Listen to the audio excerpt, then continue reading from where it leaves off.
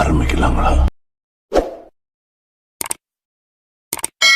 நடிகர் விஜய் நடிப்புல ரிலீஸ் ஆக போற ஜனநாயகன் படத்தை பத்தி இம்பார்ட்டன்ட் அனௌன்ஸ்மெண்ட் ரிலீஸ் ஆகிருக்கு. நடிகர் விஜய் அவந்த அரசியல் என்றுக்கு அப்புறமா நடிச்ச ஜனநாயகன் படம் தான் அவரோட மூவி கெரியர்லயே கடைசி படம்னு சொல்லிருக்காரு. இந்த கடைசி படமான ஜனநாயகன் 2026 வருஷம் பொங்கல் ஸ்பெஷலா ஜனவரி 9 ரிலீஸ் ஆக போகுது. ரிலீஸ் டேட் நெருங்க தளபதி ஃபேன்ஸ்க்கு ட்வீட் கொடுக்குற விதமா ஒவ்வொரு அப்டேட்டா மூவி டீம் கொடுத்துட்டு இருக்காங்க. அந்த வகையில நேத்து, அதாவது டிசம்பர் 23 ஜனநாயகன் படத்தோட ஹிந்தி ரிலீஸ் பத்தி ஒரு வெறித்தனமான போஸ்டரை ரிலீஸ் பண்ணி சொல்லிருந்தாங்க. அந்த வரையில இப்ப ஜனநாயகன் படத்தோட தெலுங்கு வெர்ஷன் பத்தி மூவி டீம் அப்டேட் கொடுத்திருக்காங்க. ஜனநாயகன் படத்துக்கு தெலுங்குல ஜனநாயகரு அப்படின்னு டைட்டில் வச்சிருக்காங்க. இந்த படத்தோட Andhra Pradesh and Telangana release rights PVR INOX pictures நிறுவனம் வாங்கியிருக்கிறதா படக்குழு சொல்லிருக்காங்க. ஜனநாயகன் படத்தை இயக்குனர் வினோத் டைரக்ட் பண்ணிருக்காரு. பூஜா ஹெக்டே, மமிதா பைஜு, பாபி டியோல், நரேன்,